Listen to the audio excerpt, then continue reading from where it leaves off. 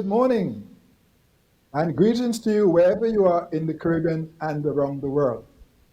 We extend a warm Caribbean welcome to you for joining us for the second Caribbean Development Bank President's Chat.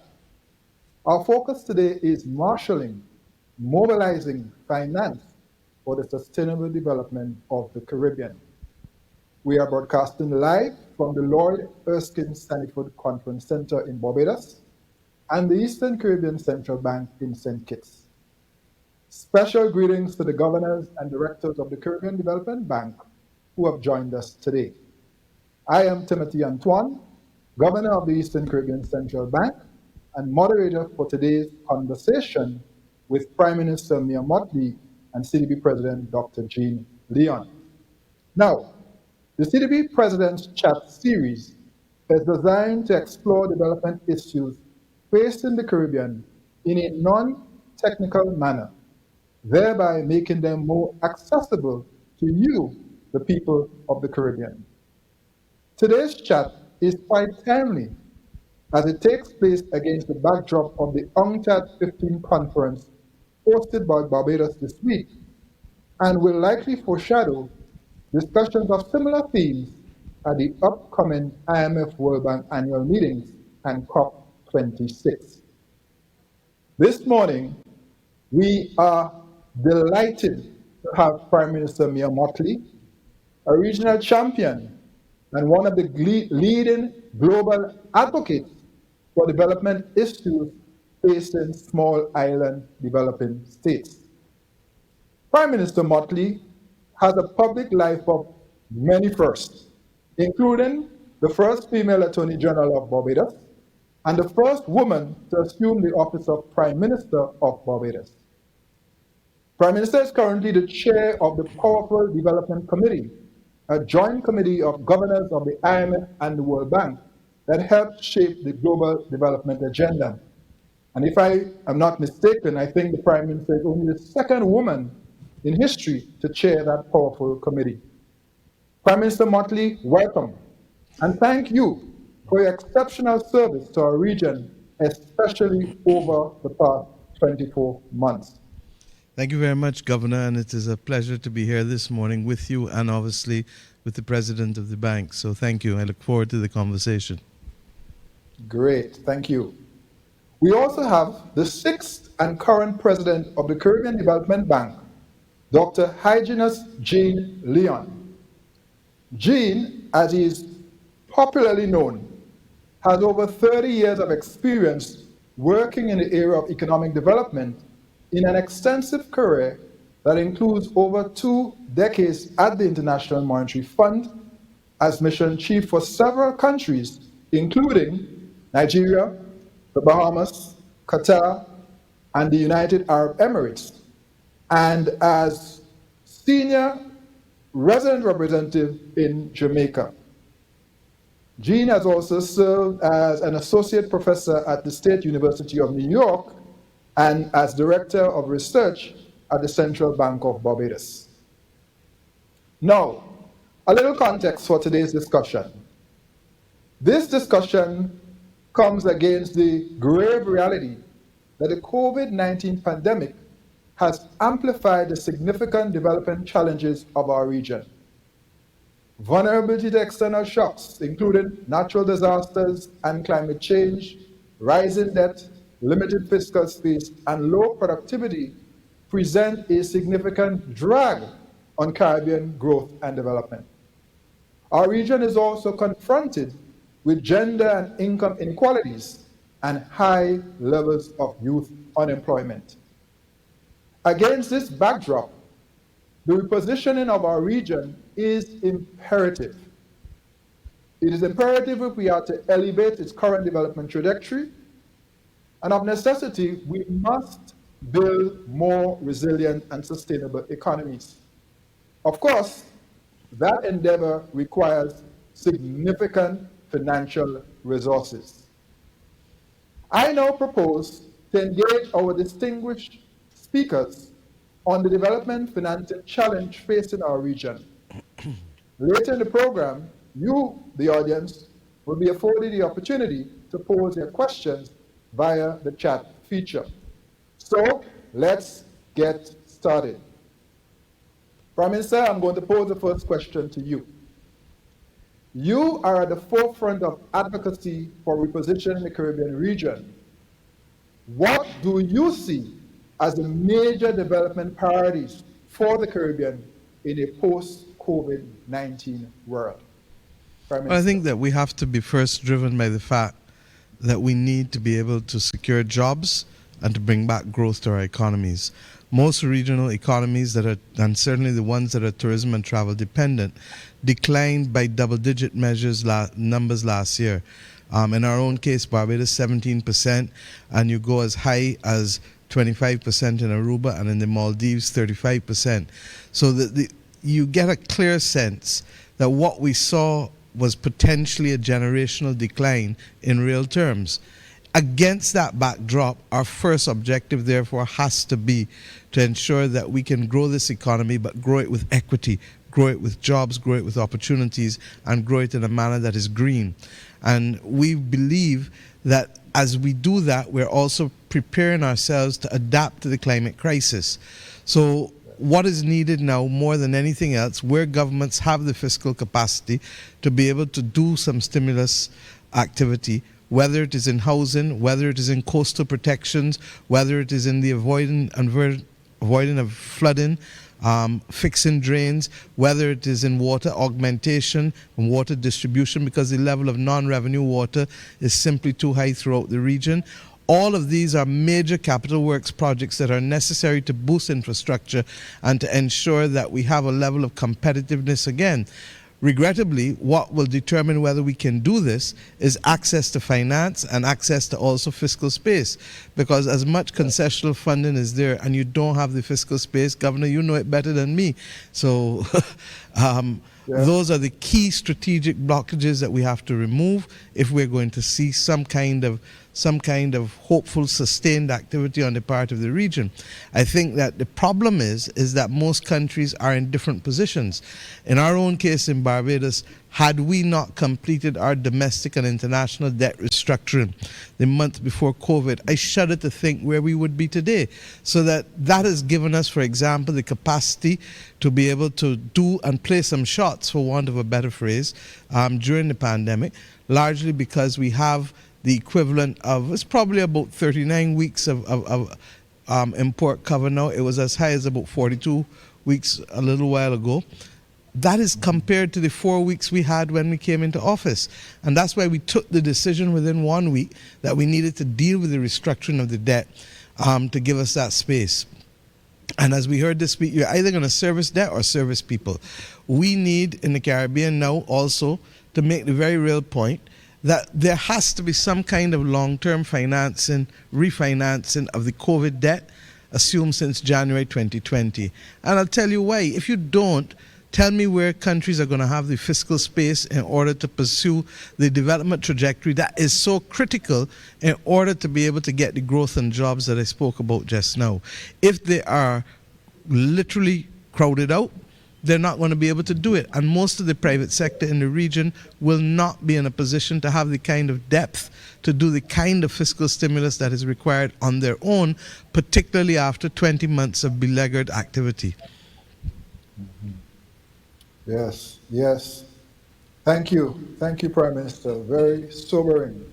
Servicing debt or servicing people. That's the dilemma. And clearly we have to find a way to service our people. Thank you, Prime Minister, for setting that up so nicely. Dr. Leon, same question. What say you? I'd probably want to take off from two things that the PM has said.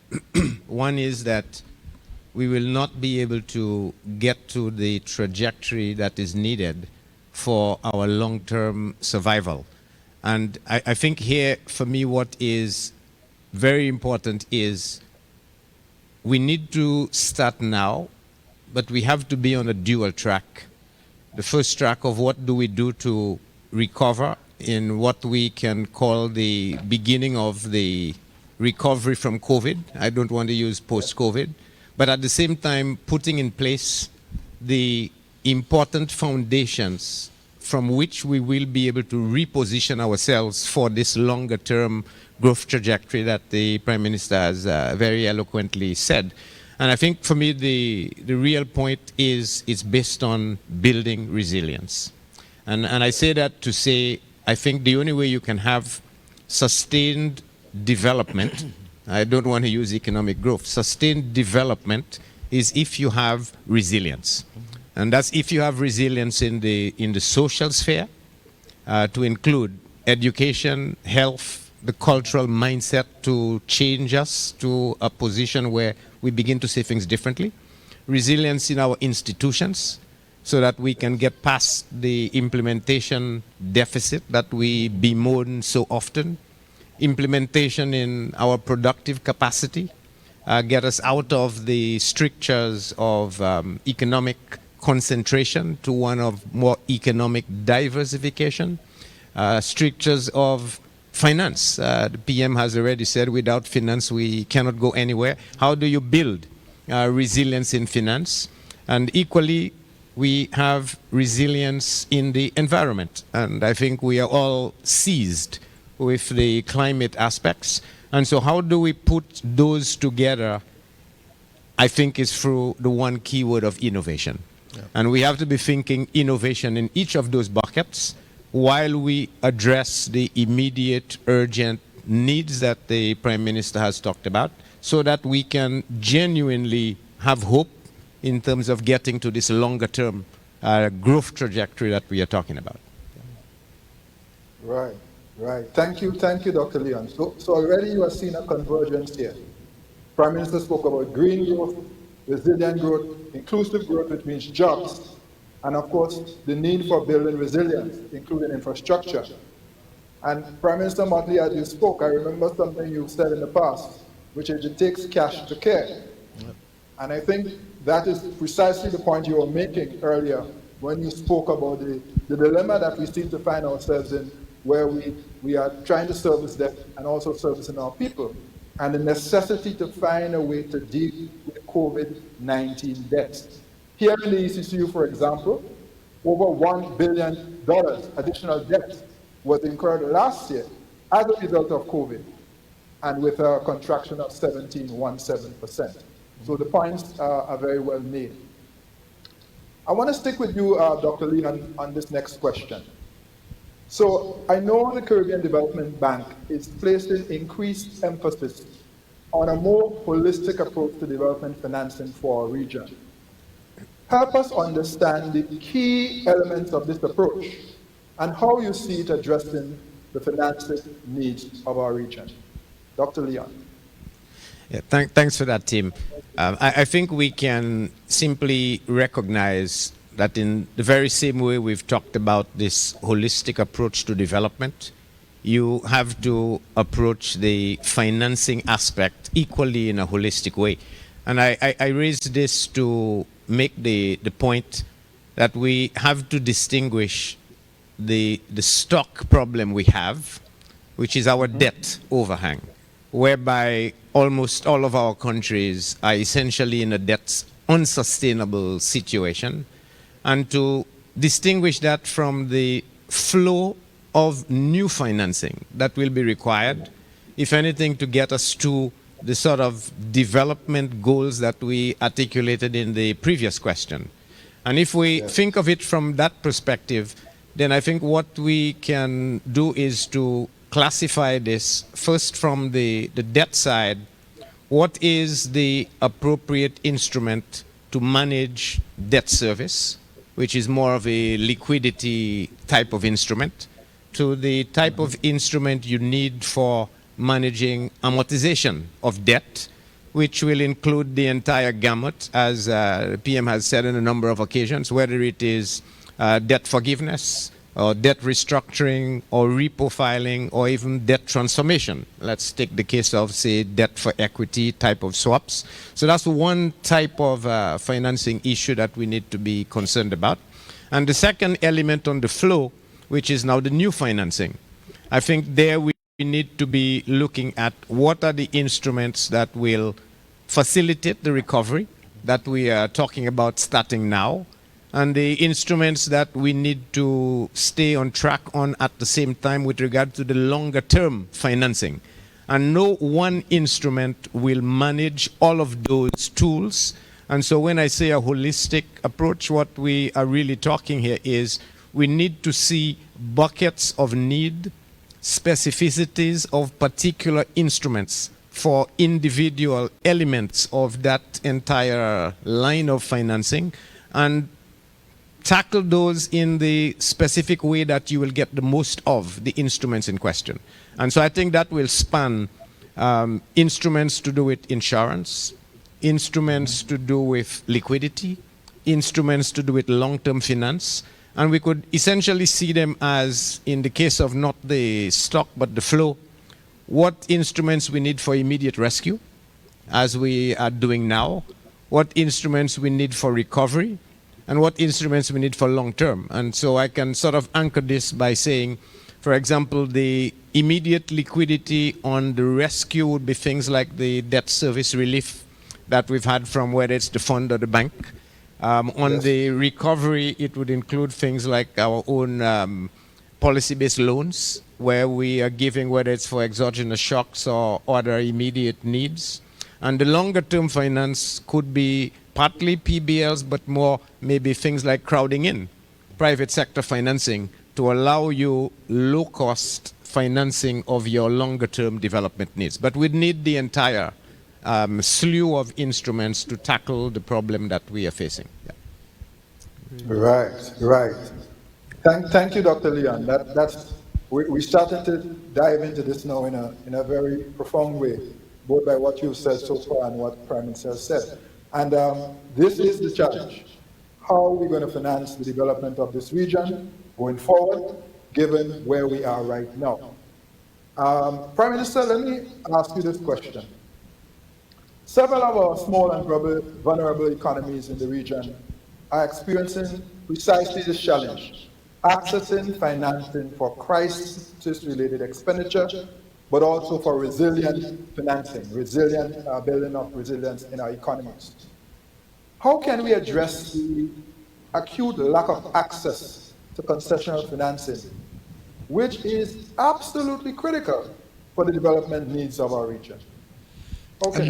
I'm glad that you asked that question, Governor, because, you know, very often people want to know what's the connection with all these things that you're all doing regionally and internationally with how people living on the street and how people trying to find jobs in our country.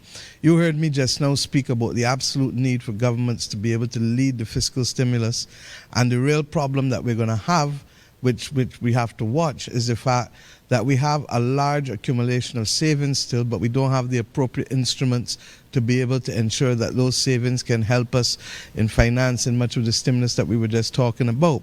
And that bothers me. But at the straight public sector level, we continue to fight the battles, regrettably, that preclude us from accessing the concessional financing. And a large part of it is due to archaic and crude measurements that bear no relationship to our needs or our reality. And of course, you know that I'm talking about the use of historic per capita GDP to determine whether countries should borrow or not. We were fortunate enough to break the log jam for Barbados and Bahamas with the World Bank in the last year. But that, I mean, I'm telling you, the amount of heavy lifting that took us. And ultimately, we were able to point out that exceptional access was given to countries like Latvia and Korea, and therefore there was no justifiable basis for excluding Barbados and the Bahamas from concessional funding at the World Bank, particularly in the middle of a pandemic and particularly in the face of the climate crisis. In addition to that, we have to be able, in our own circumstances, to recognize that there are some structural issues that have caused people to have concern, and we can't avoid it. And a large part of it in the Caribbean, regrettably, has been the runaway expenditure of state-owned enterprises that perhaps don't have the same level of governance protections and oversight as central government does. And we need to be able to modernize that while at the same time not becoming a slave to a system that will not allow us to be nimble and not allow us to facilitate expenditure and the services that are so urgently needed by many of our citizens. The other reality is that we have, as I said, to find ways of mobilizing private funds and savings. I think, Governor, you guys told us that there are about 50 billion US dollars in savings in the region. It might be a little less now because we know that everybody has had to draw down on savings in the last 18 months to survive. But we have to find a way of unlocking at least, in my view, 2.5% of that in order to be able to start the process of finance and development within the region. The difficulty is that there's a lot of nervousness because people are not sure whether existing governments will have to do further reprofiling or restructuring of debt, and therefore they wonder what their position will be in that context. So that I really do believe that the most urgent thing is for governments also to determine what is the message that they want to send to the market, both local, regional, and international, in terms of their debt structure and how they believe they can finance the medium-term to long-term development that is so critical, while in the same time accessing the liquidity to meet the short-term cash flow needs. So a lot of things, but a lot of it depends still on our engagement with the international community and getting them to understand that their international financial architecture too is not necessarily suited to the needs of small states such as ours. And I give this last example, as I've done over and over. How can you, the IMF says that in 2020 you basically had an expansion of what, $20 trillion, of which 19 trillion was in the handful of advanced economies, primarily through the use of quantitative easing, which they can do with ease. The DSSI, which was trumpeted as that anchor separate from the common debt framework, was supposed to be for those countries who were low income and who needed to be able to have the flexibility of suspending their debt service. They reckon that that at maximum would have been $12 billion. Well, even if it was the 12 billion, how small is that compared to 19 trillion? And that continues to be the case. The UN Secretary General told us Monday morning that the average advanced economy expanded and was able to use 28% of GDP as a fiscal stimulus.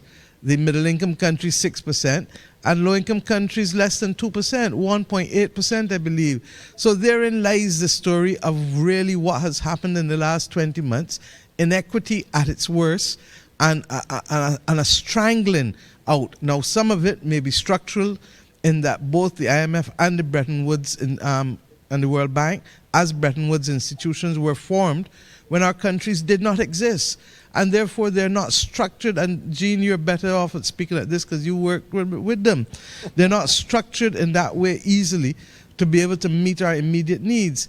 And at the same time, when you look at the fact that a lot of the accumulation of the debt that they're concerned about in our region hasn't come from corruption or hasn't come from profligacy alone, it has also come from the reality of having to absorb shocks decade after decade after decade, whether it was in the loss of productive capacity with the WTO, post-WTO, or whether it was environmental, as we're seeing now.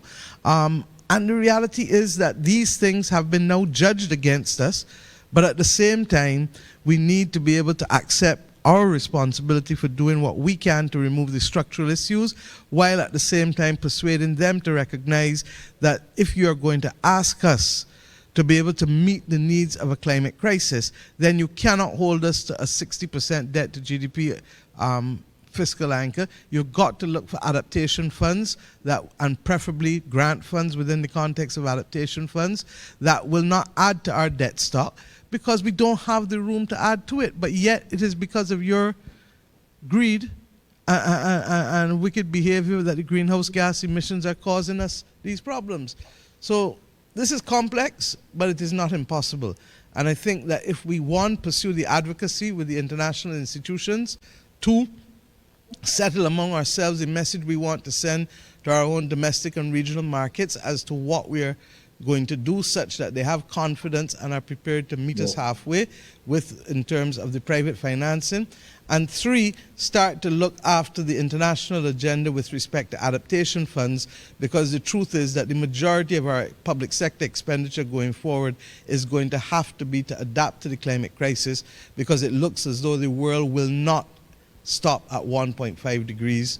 And we know what happens post 1.5 degrees. It means that we are going to have to take a lot of preventive and adaptive action in order to protect our citizens and our infrastructure.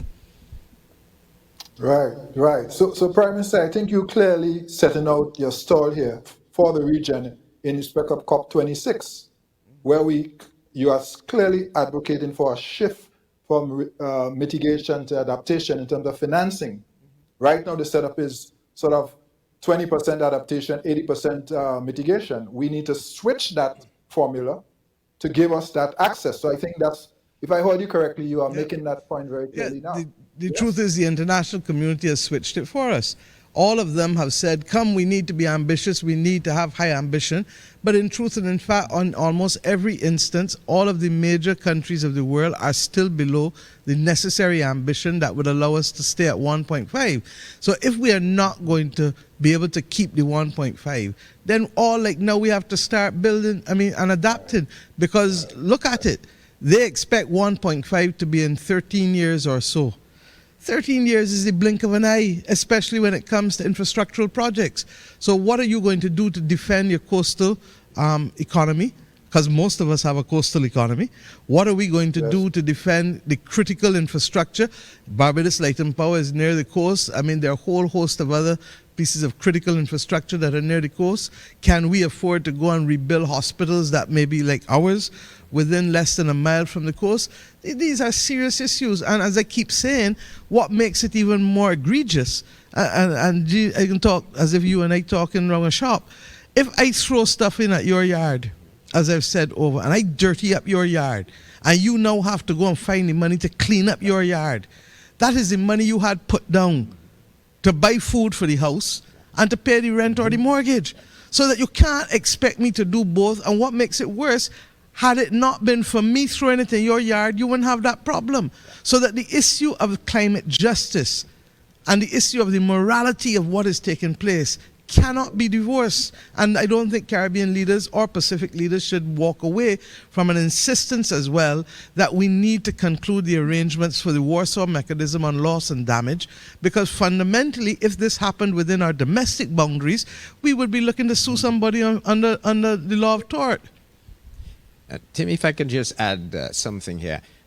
Yes, I think it will be important to unpack the current reality when we start thinking how we use measures. So we talk about the 60% debt to GDP, but I think it's equally clear, those of us who have lived, for example, through hurricanes, that a lot of that debt is maybe simply the money that you are borrowing to rebuild after a hurricane goes by. Part of it is, if you want, related to climate effects. And so we have to be able to make one of two arguments. Either that the 60% is not the appropriate definition to use in countries that have high vulnerability, or we need to unpack. We need to unpack the current debt to GDP ratios by partialing out those elements that are not out of our doing, as it were, the policy-induced errors or failures. Leave those aside, because we can take responsibility for those. But those we are not responsible for, you should be able to unpack those so that you could genuinely say the relevant, effective debt to GDP ratio that you should be accountable for is much, much less than what it is now. And so I think that's a definitional, unpacking, attributing type of concept we should be pushing a little more. Absolutely. And the point that I want to make, as we do that, we need to, so if it is green debt, put the green debt one side. If it is COVID debt, as I said, put that one side. And let's go back. I'm not going to tire saying it. The British government in the last century understood that it could not service its debt incurred during the war to fight the war, while at the same time going to borrow new money to reconstruct Britain after the war. And therefore it put its wartime debt into perpetuity so that they were not crowded out in being able to access funds. When we say we need a Marshall Plan for the region, and I see that my brother and the president of Ghana is making the same point for Africa, what he is saying and what we are saying is this. Look, and I call it the C's, the consequences of colonialism. We became independent and there was no development package left for us, but we had to deal with the absolute misery of persons who needed housing, education, healthcare, etc. And that has been a multi-generational fight. Similarly, we've had to fight the climate crisis now. We've had to fight the COVID. We've had to fight chronic non-communicable diseases that has caused healthcare to be the largest growing category of expenditure, public expenditure in all of our countries in the last few decades. And in that, I include water, because water is a consequence also of the climate crisis, the absence of the groundwater and the aging of the infrastructure, which of course was built when Britain had an empire and France had an empire, and all we got is countries. So they could finance that infrastructure because of what they were extracting from our countries. So believe you me, we are going to lose more money in the climate crisis than the developed world believes that we are entitled in the next decade for development funding. Now, you can't tell me that we are talking about $5-6 billion for a region that potentially can lose that in 3 or 4 climatic events across 5 or 6 countries. And that is my difficulty with what we're doing. Similarly, Africa is making the same point, that they too feel that the extraction of wealth from their countries over the years left them with a development deficit at the point of independence. They too are complaining that because of the way how the world is structured, and that's why I've asked UNCTAD to start the work on looking at what can be safe assets in our part of the world, because there is no way 2 countries with the same credit rating like Ghana and Greece should be borrowing at excessively different interest rates, largely because one belongs to the European Union that has some safe assets. And what makes all of this even more ludicrous, who is it that helps keep their safe assets and gives them the reserve status? What do we purchase? Who purchases? All the talk when done, it is us keeping them alive to our own peril. So we have to change the discussion. We absolutely must. We absolutely must. So Prime Minister, just a couple of things. I mean, is there going to be an extension for access for Barbados and the Bahamas, for example? I know this is something you fought very hard for. Is there any sense that there will be some extension of that access beyond this year? I suspect so. I mean, there's been no absolute clarity. Look, when the letters were written last year, they told us that the exceptional access was for the COVID-19 pandemic. Of course, when I wrote back, I said, thank you for the access for COVID-19 pandemic and the climate crisis, because I don't know how you can separate the two. And that is the basis upon which our discussions have been going with the World Bank. I think that there's a sensitivity to these issues. There is a reluctance to settle on a multidimensional vulnerability index, and everybody is saying, oh, everybody is going in different directions and this and that. But I do believe that there is a recognition that vulnerability is one of the most important criteria that we will need to assess in determining whether countries should access funding. And you're hearing it from the UN Secretary General, you're hearing it from the IMF Managing Director, Kristalina Georgieva, who really has tried her best, I believe, and continues to be that voice for the developing world and bringing some level of balance with what we've been getting. So I'm not sure that we'll get the index. We've been fighting for it for 3 decades. But we'll continue to fight. But if we can at least get recognition of the criteria, that's one step in the right direction. And I keep saying, let us claim ground and then move again. And if we can claim ground on vulnerability as an important criteria to be assessed, then we'll move ground towards the index eventually. But what we do accept is that simply the use of GDP, and I think the UN Secretary General makes this point over and over. At the end of the day, when you cut down trees, that's a boost in GDP because of how you spend, but is that sustainable development? Which is the point I think Gene was making in his opening remarks to us. So we really have to be in the vanguard in the same way that previously Caribbean economists were in the vanguard in the late 50s and 60s and 70s of development policy. We need to be in the vanguard of what kind of measurements that we use. And I'll give you 2 more examples of the crude and crass measurements that are used that perhaps reflect more and ease of doing business for the people who use them, rather than a commitment to assessing accurately the reality of countries. When this pandemic started, they told us that those countries that had a certain, below a certain level of maternal mortality would get grant finance or concessional finance for therapeutics and PPE. So all like Barbados and Bahamas and others again would be outside, because of course we are now being penalized for being faithful to the development project of being able to sustain our social criteria and our people. Similarly, this notion of blacklisting with the Financial Action Task Force, you would know better than me, Governor, that a large part of it came as a result of the redefinition of money supply from M2 to M3, and all of a sudden a bunch of countries you didn't expect to be doing X, Y, or Z are in a different weight category, being judged by different criteria, and all of a sudden now found negligent and being put on a list, when in truth and in fact it was simply the different use of the definition for money supply that would have caused and precipitated that kind of activity, not anything on our part. So I really feel that we have to continue our advocacy in the international community. You cannot be absent, because if you're absent, they're going to make judgments about you and try to impose one-size-fits-all prescriptions that cannot allow us or do not give us the policy space or the fiscal space to do the things that we have to do to make life better for our citizens and to grow our economy in an inclusive and green way.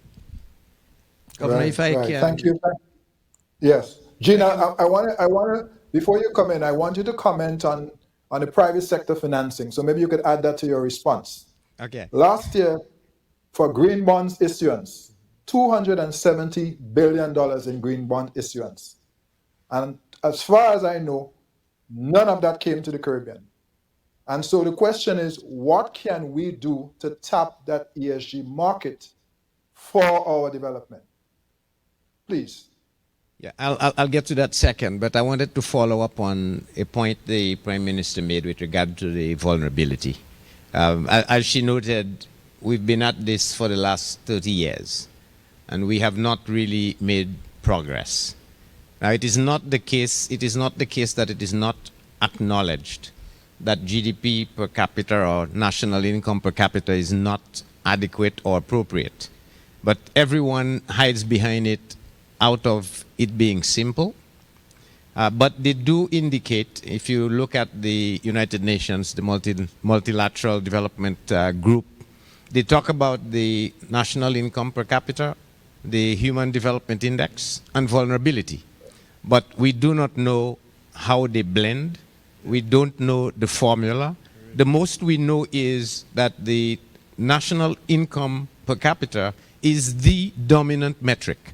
So you either graduate once you get past a certain number, or even if your HDI is very high, the fact that your income is not sufficiently there, they will actually discount the HDI simply to put the extra weight on the national income. But I think the point about vulnerability I wanted to make is, if we keep focusing on just the vulnerability index, multidimensional or otherwise, we will not be able to convince in a very significant way the fact that our seeds are different. And I'll tell you what I mean by this. We have to see the vulnerability measure as not being one aggregate number that we can say, if you get past it, you get, and if you don't get. Because the truth is, vulnerability has in effect three parts. The first is almost the probabilistic aspect of my susceptibility to some event occurring. And that tends to be where we spend most of the time. But if you think about this well, from a climate perspective, not aggregate vulnerability, climate perspective, the US can claim that they have the same probability of being hit by a hurricane as any of our islands on any one year. And the truth is, the Cat 5 hurricane that hits Dominica hits the US, and so they are just as vulnerable.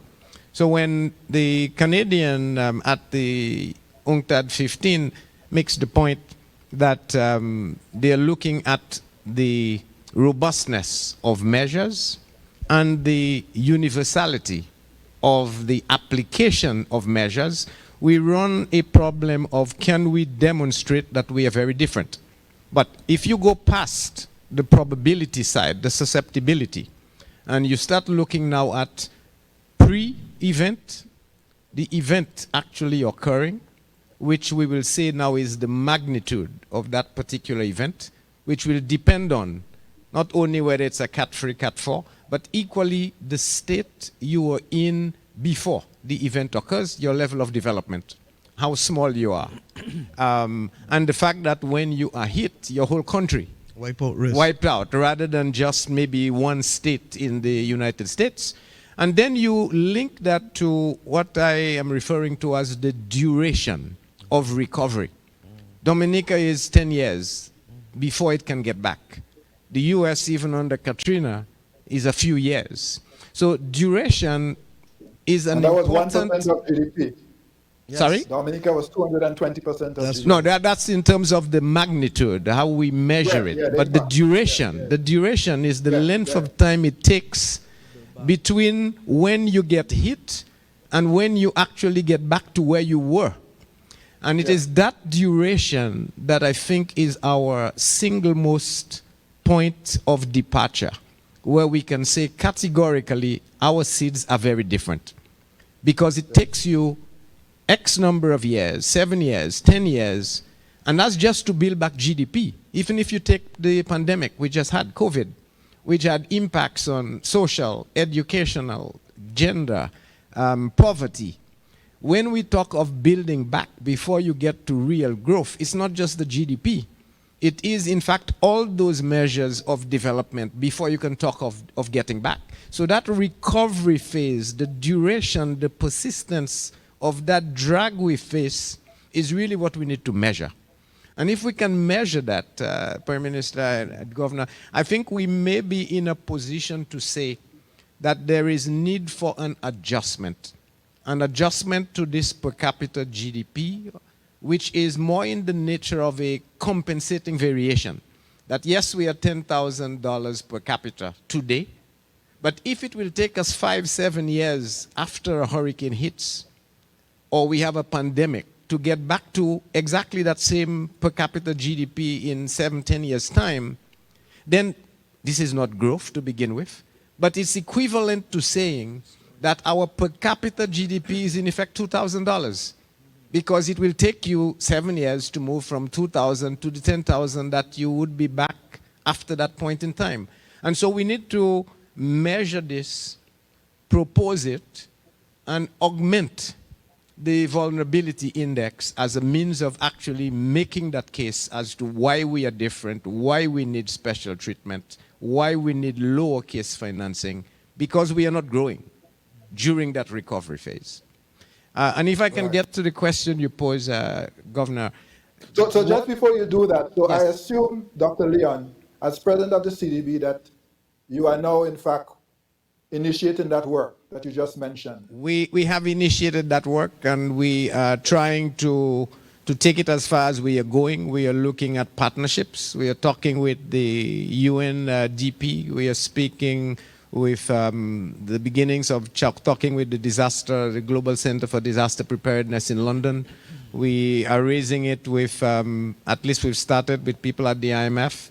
But it is that recognition that you need to unpack, as it were, this vulnerability into its three dimensions and highlight the fact that where we really fall short is on the question of duration, that recovery phase. And that is really our biggest hurdle, and what distinguishes us from, in my mind at least, and climate is very clear, from a developed country, large country like a US, and us in the backyard of the US facing exactly the same susceptibility.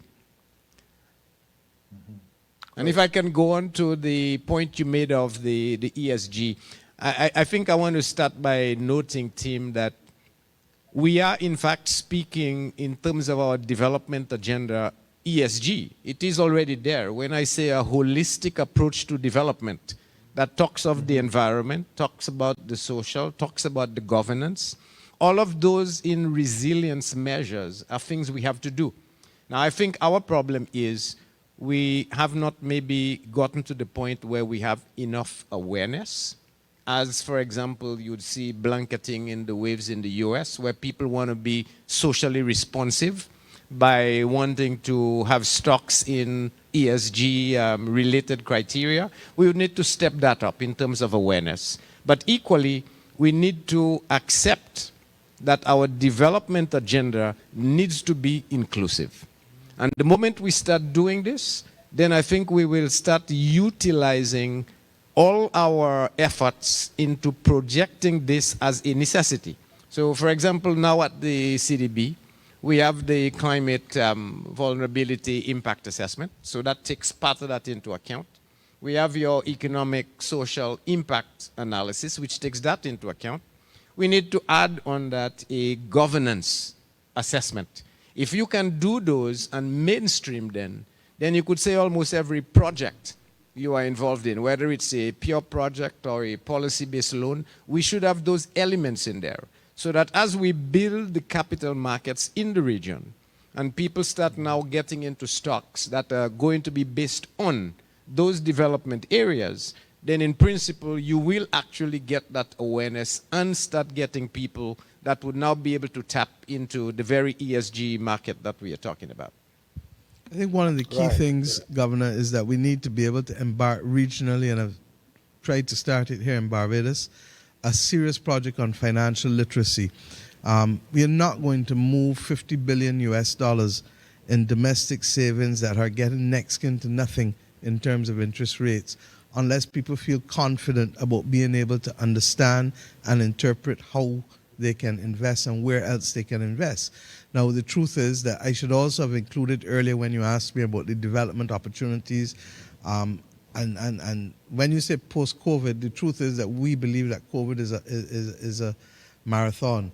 And it's not really going to be anything called post-COVID. It's going to be along with COVID. And the other areas, of course, are digitization and also the creative economy, that we're going to have to leverage the ability to reach the rest of the world in order to be able to earn in those two areas. And I'm not sure that we've done that sufficiently. So I think we have some work to do on financial literacy in order to be able to improve the appetite of our citizens to participate in risk in terms of the types of investments that they undertake. But at the same time, I think we need to expand the pool of opportunities from just simply infrastructure, green infrastructure, but also start looking at how we can do far more with digitization as well as the development of software, etc. And then, of course, there's the issue of food security, and there's the issue, which I now talk about, nutritional security, because of the problem with the chronic NCDs. Cheap food that is bad food is no good food. And then, of course, as I said, the creative economy. So there are multiple things that we need to walk and hold hands doing. And I feel that there really needs to be far more functional cooperation in the region than currently exists. And that's one of the things that the revised Treaty of Chaguaramas was set up to be able to facilitate. At the very time when we have the ease of communication, instantaneous communication, we have seen less functional cooperation. And I think that that is regrettable, especially since in almost every instance, each one of our countries is underpopulated. Yes, indeed. So Prime Minister, you know, you on this question of mobilizing domestic savings, the actual experience we've seen in the ECCU in the last year is actually that deposits in the banking system actually increased. So while we would have thought, and we have been monitoring liquidity very carefully in this period for obvious reasons, perhaps because some people were unable to travel, you know, we actually saw an increase in deposits, meaning that liquidity actually, excess liquidity is even higher, as counterintuitive as that may sound, which basically strengthens your point that we now need to mobilize some of these resources. I think you said 2.5%. At least. You know, or 50 billion to get us moving. And while I agree with you on financial literacy, and by the way, globally, only 1 in 3 persons are financially literate. 1 in 3, which means 2/3 of us are not. But while we are doing that financial literacy program, I keep reminding colleagues that our people are investing in cryptocurrencies. So we're worried about them harming themselves, and for good reason. But people are taking more risk than perhaps we even realize. And therefore, I think we can and should make the case for investing more in ourselves, in renewable energy, for example, in food and nutrition security, for example, to be able to, as you have both said, elevate the development trajectory of our region. So I feel that we have been a little too conservative with respect to engaging people on mobilizing these resources. And I think based on actual behavior, there's an opportunity for us to step forward, and really hold hands together, as you said, to bring some of those resources. So that even as we're making the case internationally, we are bringing our own domestic resources to the table and joining hands, hopefully, to leverage whatever comes our way. So thank you for that. Which leads me to ask the president of the bank, Dr. Leon, about renewable energy. So Dr. Leon, talk with us for a moment, if you will, about how you see us addressing this issue of renewable energy. And you look at our countries, everybody has a very ambitious plan for renewable energy transition, but the transition is slow. And one of the main reasons, or one of the main factors that we keep hearing, is that the upfront costs for doing renewables, those costs are very high. What can the CDB do? What can we do, Dr. Leon, to accelerate our renewable energy transition? Yeah, I think we can start by, as you say, renewable energy penetration clearly is low. And part of that is maybe a legacy of a costing issue, but part of it is also we have not managed to crowd in the private sector adequately to allow the advancement of the renewable energy line to actually proceed. And there are a number of ways, I mean, one can begin to look at this. One of which, for example, is something has happened in the OECS that you're aware of in the geothermal line, whereby you have interest subsidies that can help, or for that matter, partial guarantees that can be used to help smaller MSMEs embrace renewable energies. But all of those things are ultimately costly. I think what we need really is to crowd in the private sector. And you did mention that we have 40-50 billion, as it were, of resources. The question in my mind really is, how do you get the private sector to want to engage at a reasonably low return to allow the advancement, whether it is renewable energies or in terms of climate, your green bonds, for example, or even in the creative industries in the orange space. I mean, all of those are just colors, but ultimately they are all trying to do the same thing. And the idea is to marry, align private sector needs or demands with regard to risk return to what they believe will actually generate from the activities you're trying to undertake. And I think here we have a market failure. And the market failure arises because of, again, it's partly related to climate-related issues. Our perception, or the market's perception of our risk, is that much higher than you would be able to command for a lower cost subscription of any type of security to actually generate the funding that you need for those particular activities. And so we need to start thinking, in my mind at least, how do you bridge that? And one possibility I think we can look at is the whole concept of contingent state instruments. I know, Prime Minister, you're very big on resilience bonds, which clearly is one of. And resilience, whether it be in green, in yellow, is the same. Resilience is simply how do we get to that point where we can utilize funds to actually build in a way that is much better. But what if we could think of contingencies in a slightly different way? And I'll give you an example. Jamaica, after the IMF programs in 2010-13, undertook a number of reforms. And those reforms, which at least have been seen as being very progressive, are now such that the risk profile of Jamaica is such that there is demand for lending, as it were, into Jamaica because the risk profile has changed. So I want to start from there by asking, is there a way that we can reduce that risk profile of our countries, and whether we target that into renewables, as you are asking, or in climate, or in creative industries? Is there a way we can actually do this? And I think we can, if we can recognize the interactions that we talked about. For example, we need good governance. We do need to reduce our implementation deficit. We do need to have say, strong social frameworks to allow us, whether it's security or otherwise, to say you have a holistic economy that is actually good. What if we could call all of those reforms?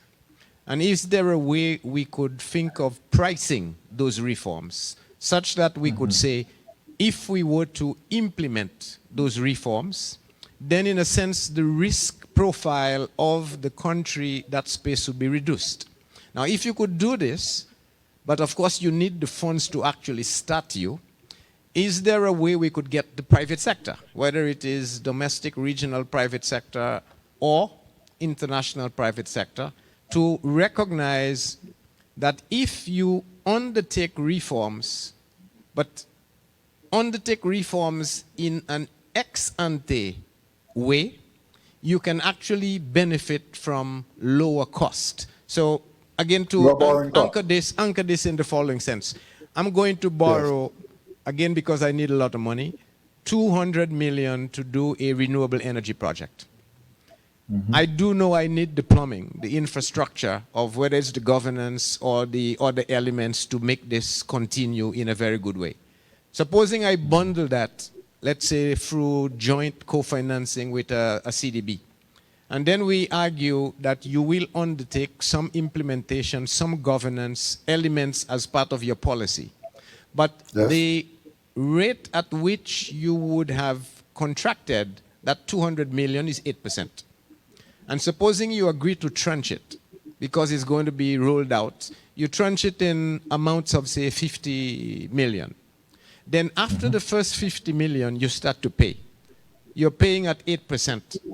But because you have actually undertaken and delivered on a particular reform, your rate will be reduced from 8 to 7% ex post.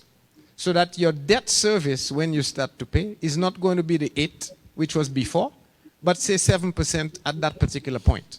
And at each tranche, you can actually benefit from engaging, implementing that particular reform. You can, by extension, engineer a particular 200 million project that was initially measured at 8%, but end up being repaid at 4 or 5%, and you end up with a win-win situation whereby you incentivize, whether it's the government or the private sector, to actually deliver on results, and you reward that result by a lower cost of capital, which is now commensurate with the reduction in risk. So these are some of the things I think we can start thinking about. I mean, I'm sort of talking this day, it's not yet fully clear in my mind. But if we could explore those, and we can get now our private capital markets to understand how that risk is being reduced through the implementation of a holistic approach to development, we may very well be able to build that market, engineer lower cost financing that we need, and at the same time target those particular funds in the necessary direction that we want to go to generate this overall development that we are talking about. I quite understand it. In fact, The truth is, Professor Prasad has been working with us on the whole issue of GDP-linked bonds going forward, because we recognize that if we can give the market the assurance that there are certain targets that you can meet, whether those are GDP-induced or whether those are induced in the way that you just described, with the reduction of risk by taking governance reforms or other things, it's a recognition that the market will reward you for going in the right direction. Right. But I also wonder about the extent to which we need to push harder across the region to do what Grenada and Barbados has done with the natural disaster bonds. And the reality is that as a lawyer, I find it difficult to understand why more people are not accepting it, because the one thing that those natural disaster bonds do is to provide certainty. Certainty as to what happens if X, Y, Z happens in terms of an event. And that way the lender knows what his condition is and the borrower knows what the condition is. You get, in our case, 2 years flexibility by having that fiscal space for 2 years, by back-ending the interest, and by having a moratorium on the principal. And it makes absolute sense. I'm hoping that the Inter-American Development Bank will take it up. But, Mr. President, I'm hoping that the Caribbean Development Bank will also take it up, because it gives you certainty rather than wondering, will this country be able to service this debt after this particular climatic event? And it is that very uncertainty that pushes up the price of capital. So why don't we have the clause, reduce that as one of the risks, and upfront give us the benefit of the the reduction of risk upfront in the cost of the capital, while at the same time giving us incentives, as you've just referred to, that we can work towards, or as I said, with GDP-linked bonds. If our GDP continues to grow, this is what happens to the interest rate. If it falls, whatever. So I hope that we can be innovative. I think that we've been talking too long, and it's a question. And I know that COVID really has affected the regional work agenda. Swear to God. We had hoped to see far more work on the growth and resilience bonds, and also on the stabilizing of the Regional Development Fund, because in a single market, as we know, you have winners and losers. And if we don't stabilize the Regional Development Fund at this very time when many of the LDCs need access to capital, they're going to start to pull away from the success of the potential success of the project of the CSME.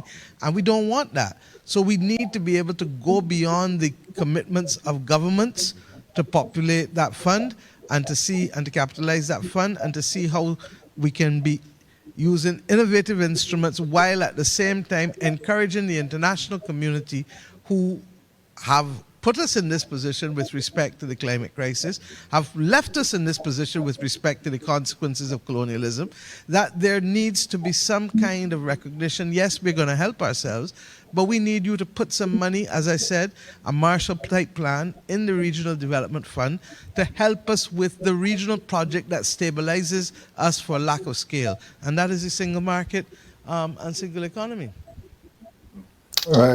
Right. So Prime Minister, thanks for that. And I just want to underscore the point you made earlier about the need for the climate resilient debt instruments. Barbados, I believe, is now the largest issue in the world of climate debt instruments. Yes. Of course, Grenada did. That's an innovation in states. And to your point, we need to see the multilaterals come on board. So, Mr. President, I'm absolutely agreeing with the Prime Minister. CDB has to take a lead where this is concerned. IDB must do the same, and we need to press the IMF and the World Bank on this. Because although they're multilateral and are preferred creditors, given the situation that we're in, as the Prime Minister just said, give us the certainty to know when a shock does come, as they will, as shocks will, there is a predetermined arrangement that allows us to invest our limited liquidity into recovery. 2 years in the case of Barbados, and then you resume. And the only exception I would make, if I may, is for the short-term debt instruments. So your treasury bill, your 90 days, your 365, I would exclude those. But beyond that, I think those need to be in play. So I agree with the Prime Minister on that, CDB. Dr. Leon, we want you to step in on that one. Now, Just Let's before get you to, go, Tim, I want to yes, sure. piggyback. I want to piggyback Just on before you come something. in, Dr. Leon, just to say, I'm gonna hear you in a minute. I just want to cue the audience that we're going to be taking your questions in a minute. So once Dr. Leon concludes his response, we're going to go to the audience to check some questions. Dr. Leon, back to you. Yeah, just a quick rider. Prime Minister was talking about the need for us to work together as a region. And I think I just want to emphasize that. We have to put the regional cooperation or even regional integration back on the agenda 100%. And I've said it before and I'll say it again. We have to take CSME to its rightful conclusion now. Not next year, not the year after. It has to start now. And an example of this in terms of this functional cooperation that we are talking about. And I'll just sort of whet your appetite here. I know, Tim, you'd be excited about that one. We have 1.7 almost billion SDRs that have just accrued to the BMCs that the bank actually lends to. That is going to be sitting in the IMF SDR department, let's say, as of now. What are the options we have? Option one is each country can say, I'm going to draw down my SDRs and use it. So proverbially, they are going to eat their assets, and after they've eaten it, they need to worry about the digestion. Alternatively, we have an opportunity to be able to say, what if we pool all of that 1.7 billion SDRs, let's say 2.5 billion US, and now invest it into an equivalent reserve asset type of instrument that could be issued a CDB or elsewhere, but let's just say a CDB for now, that could now be used through the higher rating, stronger link with the capital markets to now energize a crowding in of that very capital we've been talking about before. You may be able to think immediately of a pool of funds that could be as much as 5 billion US or even more that could be used to help drive this very development agenda, whether it's green, blue, orange, that we are talking about. But it will call for, and Prime Minister, if you're willing to go with me on this, we could talk this and push it more. It would call for us recognizing that individually, if we used our SDRs, the allocations, or even if we left it there, we are much worse off than we could be if we were to pool and now utilize those SDRs through the mechanism of leverage in a way that now helps build the very capital markets that we're saying we don't have. But it calls for collaboration, cooperation in a regional sense. And speed. And speed. Because one of the difficulties, and I'm being brutally frank, that I think the bank has to come to grips with is the length of time it takes to process and to do things. And governments will come and look at this and say, which one is going to work quicker and faster for me, which one is going to ease my immediate pressure, even though we want to be able to build in the medium to long term.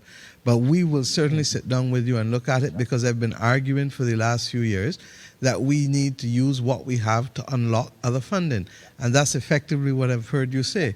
So that I'd like to invite you to put something before the heads as soon as possible and let us look and discuss it, because quite frankly, to the best of my knowledge, a number of countries are making determinations now as to how they use the SDRs. And I mean, I would like to be able to use ours in a way that has a meaningful legacy. Barbados has argued we want to be able to go into the life sciences. We want to be able to have For example, there's no reason why the region and we couldn't go after a bottling plant or a manufacturing plant for vaccines and other pharmaceuticals. Yeah. Because when I look at how many people we've produced out of the University of the West Indies in the last 5 years, it's about, what, 6,000 people in sciences? And where have they gone? They're not doing the kinds of higher order, higher value added things that they would love to do if we were in a larger economic space and where those opportunities were there. So let's sit down and talk. I think, look, you know, last night we had a discussion with the central bank, and the governor of the Central Bank of Kenya was making the point that we go through periods of time in history where very little happens in long periods of time, and then you get a burst of activity in a short period of time. I actually believe that we are in that space where we can have a burst of activity because of the existential crises that we face, because of the fact that people are more willing to deconstruct and reconstruct, and therefore come up with solutions that are appropriate to the time and the circumstances of the individual nations. And I regret that we've not made more progress regionally with respect to the Caribbean economic recovery transformation, because I still believe that if countries go together to the international community, they will be that much stronger than the 1-1-1-1, because what is the example of colonialism? Divide and rule. And therefore, if you have each little country going to negotiate and going to think, they're not going to get the best possible deal as against our going together as a regional community.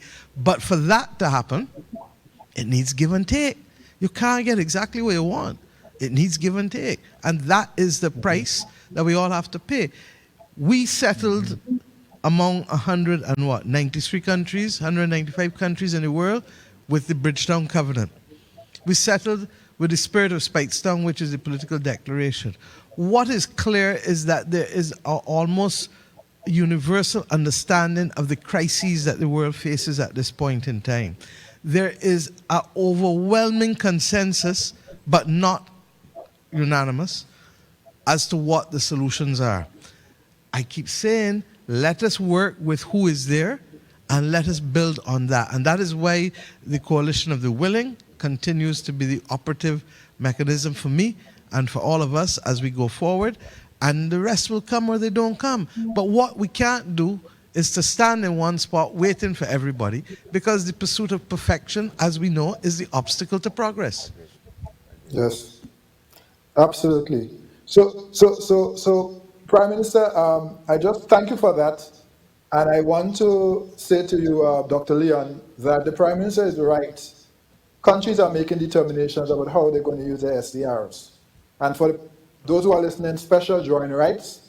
This is a special currency issued by the IMF. They did a special issuance recently to help with COVID. And countries now need to decide how they spend. Some are already spending. So I fully endorse or encourage the expedition of that submission to try, even if it's a proportion, Dr. That's Leon, right. even if it's a proportion, it would make a difference. So you are clearly exercised on these issues. You are thinking about them deeply. We're grateful for that. And I think given for us to perhaps move quickly, but something will have to come in short order. If not, I fear most of those funds will not be used for any legacy, but for debt. The repayment of the same COVID debt. Yeah. And that would be double tragedy, if I may say. Now, let's take two quick questions. I'll commit to that. Right, thank you. I think that's a key takeaway from our discussion, our conversation. So will we. We'll look at a portion. Good, very good. Thank you. So here's a question. Can we use a funding facility through the CDB with funds for investment provided by our respective national insurance systems with a respectable rate of interest? Can we create a funding vehicle through the CDB, leveraging Social Security funds, and deliver an acceptable rate of interest? Well, certainly the Social Security funds need additional opportunities to diversify the risk. So I would hope so. The President needs to tell us whether the bank is prepared to find an instrument that will give them the confidence, and quite frankly, also a mechanism that will deliver to countries quickly, as I said, because For example, we've had to recapitalize our Social Security fund because of the extent to which it was drawn down last year, both on the unemployment side in particular, but also the fact that it was receiving reduced income, obviously because of the high unemployment. And then for many years, the National Insurance Fund of Barbados was precluded from being able to invest outside, largely because the last government used it to finance its domestic activities here. We're trying to get back to a more balanced position that has a more diversified portfolio, and therefore it is something that we're more than prepared to discuss. Yeah, Tim, I think the short answer to that has to be yes. I think the question really is what's the instrument and how do you go about exercising it? Because CDB has been in the market borrowing funds overseas to supplement its own funding through, say, the sovereigns, that the shareholders. And so in principle, there is no difference between borrowing outside versus borrowing from within the region. I think really when you say a reasonable interest rate, I'm not sure what that translates to. Devil is in the detail. But no, let's agree. Let's agree. I think that this is part of what we need to do. How do we create instruments? How do we crowd in our own local, regional capital markets as a means of providing the financing we need to be able to drive that development agenda that we talked about?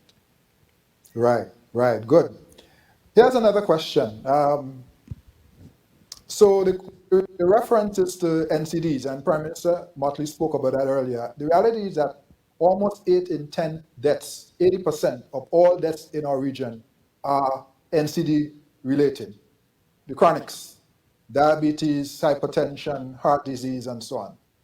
And the question is, can we direct some of our development financing to re-educate our population on preventative health care, essentially to move away from the ultra-processed foods and to drive local agriculture and healthier diets. The issue, Prime Minister, you mentioned earlier, the nutrition security.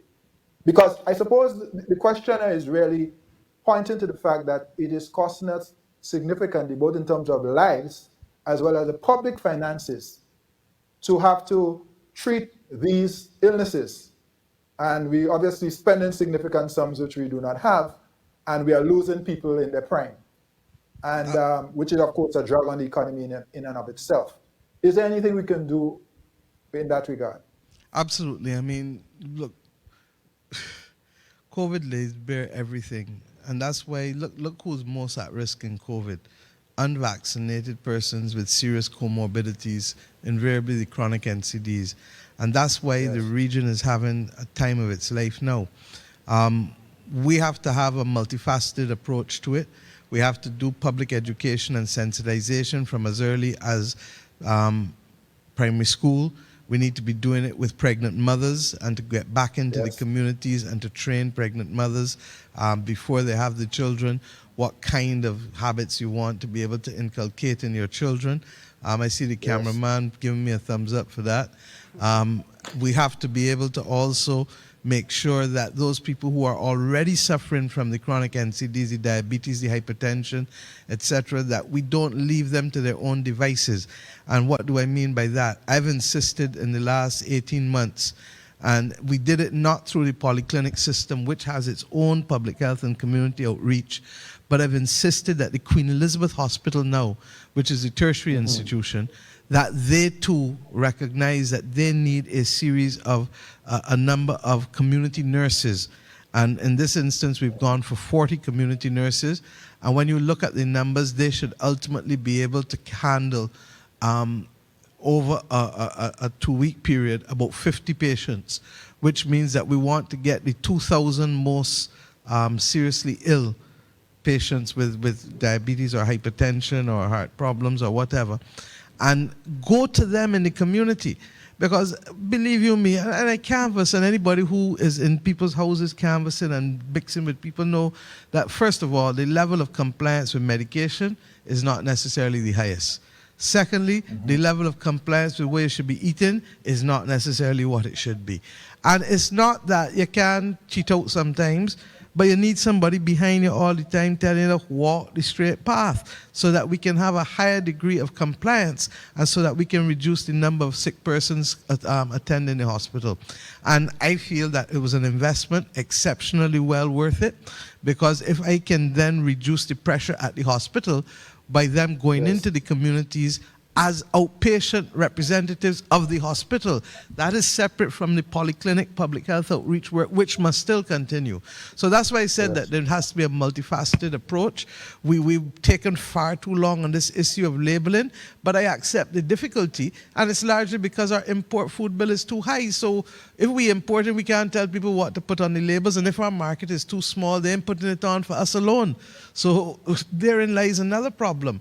And then we go to the race to the bottom, largely because every country is interested in what is cheapest, but what is cheapest may not necessarily be what is most effective, because in the long run, it's putting our people in the hospital. So the level of salt that they're taking in processed foods, I maintain anything in a tin, something got to be in there to keep it fresh. Something got to be in there to make it capable of me being able to eat it. And I use my own experience and my own difficulties in managing weight to recognize that it is whenever I have come off of processed foods that you begin to see the difference. Once you start to eat healthy, once you start to eat small, healthy, and regular, you see the difference. The problem is what is affordable. Now, we also forget, too, that previous generations didn't only rely on one job to live. And there's a sense in which the post-independence culture of the Caribbean has been consumed with a culture of contentment, such that we forget that we have an obligation first to ourselves and our family in order to be able to do something too. So nothing wrong with your hands, grow a little food in the backyard. Nothing wrong with your children's hands or feet, let them carry out the stock again, whether it's black belly sheep, whether it's dealing with chickens, whether it's dealing with pigs, whatever it is. We have to recognize that we have to get back to taking some level of responsibility for ourselves, our family, our community, while at the same time working with the government to be able to do these larger things that will facilitate the public education, the support services, both at the primary healthcare system, but also in the tertiary healthcare system. I just want to add one quick bit on this. Sure. Because you entered the question, Tim, via the costing side, asking whether you could divert more funds to it. We should not be in a position where we believe the only institution that should be responsible for reducing NCDs is the government. That's the point. Okay, and that is maybe where we need to change part of that dialogue. Because if you think about it well, yes, the government is picking up the tab at the hospital and the clinic, but the person who works in the firm who is not able to go to work or who is working but not giving their best, the firm is also suffering. And we need to start getting those institutions, the corporates, not only to where they are capable of adding, do some of the things the Prime Minister is saying by immediately going for less salt. For example, in their line. Stand-up desk. Exactly, stand-up desk. And equally to be doing the outreach, getting people to understand that it costs them as well. You know, not just the government. We are focused too much on the government. And as the PM says, we have to take some of that responsibility. First as households, equally as corporations. I agree with you. And by the way, I mean, connect the dots, because when we don't do what we're supposed to do, we're driving up our health insurance bills, our health insurance costs.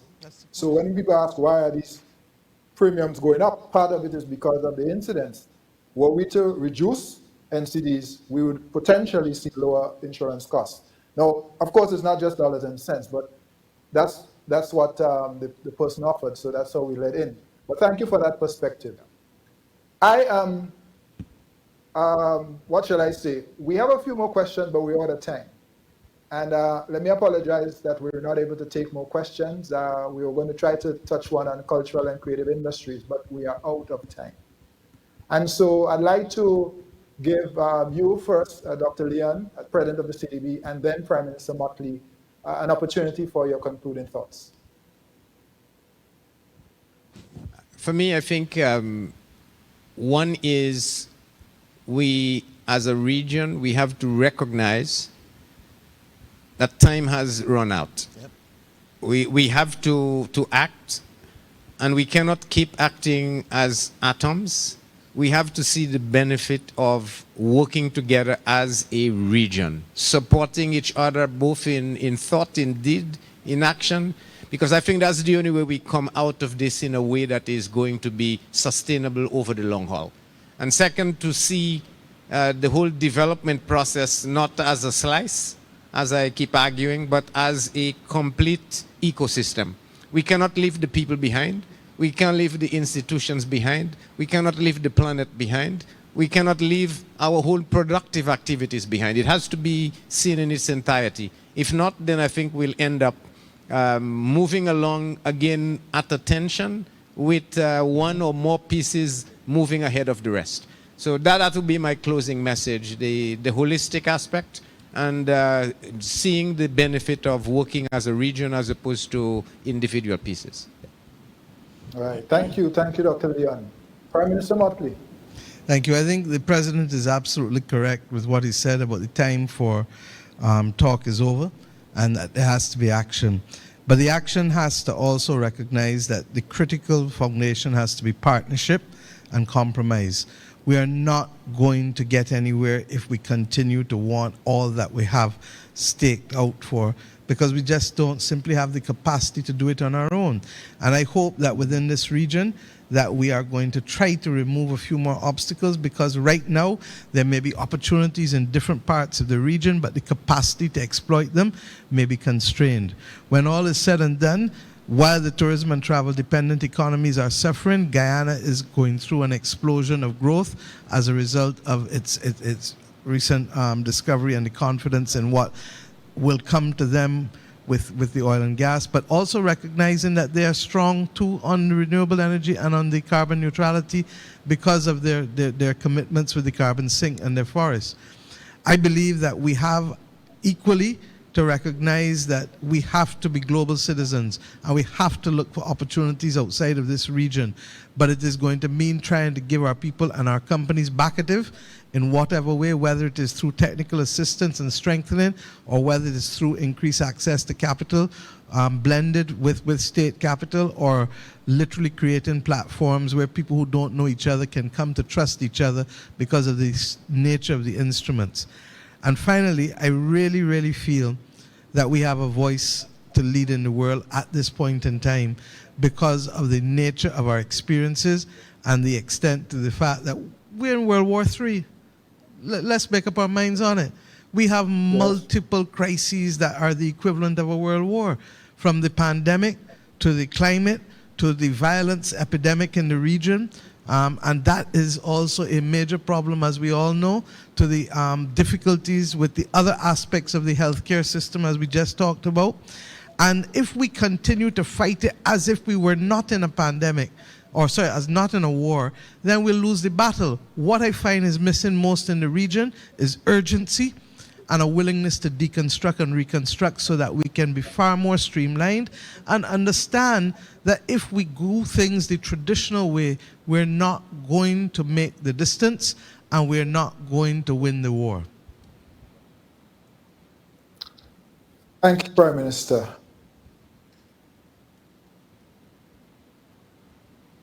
Wonderful night.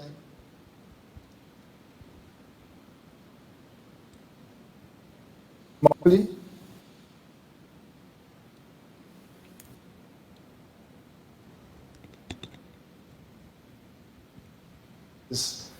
Yes, we have issues, but there are opportunities. And if we come together in this moment, the urgency of now, we can in fact make a difference for ourselves, our people, and we can make our voices heard in the rest of the world. I heard as well the fact that we must demand assistance with justice. And so we will be taking those messages to the IMF World Bank meetings and COP26. I also heard that we can and must take personal responsibility for our health and for some of our actions, even as we seek to mobilize resources abroad. And we talked about domestic savings and what we can do there. The President of the CDB committed to put a proposal through Prime Minister Mottley to the CARICOM heads along concerning the possible use of the SDRs or a portion thereof to create some kind of legacy development impact for our region. We look forward to that. The President of the CDB also committed to take another look at how we articulate the vulnerability index and to perhaps bring some additional dimensions to the table, duration in particular, to try to change the conversation and create some momentum within the global community for seeing us not as too rich and therefore not worthy of concessional financing, but recognize the shared vulnerability and give us access to those key resources. Ultimately, I heard that together as a region, there's nothing we cannot do if we come together, with God's help and with some friends in the international community. And so I want to, on behalf of Prime Minister Mottley and on behalf of President Leon, who, of course, initiated this conversation, to thank you all for joining us today. Let us stay engaged. This is our region. This is our home. We must have the biggest interest in ourselves. And yes, we are richer than we think, in ideas, in resources, and in social capital to move our development forward. Again, my special thanks to you, Prime Minister Mottley. I know it's been a brutal schedule. I don't know how you do it, but we're grateful for all that you're doing, not just for Barbados, but for our region and for all SIDS. And President Leon, clearly, you are thinking, yes, Prime Minister, thank you. Thank you. We really do appreciate what you're doing. And President Leon, clearly you are thinking about these issues very deeply. And I just want to say that in the ECCB you have an ally, and I'm sure together with other regional and international organizations, we can make a difference. And to go back to Prime Minister Mottley's point, the urgency of now. Now is the moment. This is our time. Let's make it happen. So again, to all who joined, for all of the supporters, for all of the technical support behind the scenes at the CDB, at the ECCB, and wherever else, thank you very much, everyone. God bless you all. Until the next time. Thank you very much. Take care.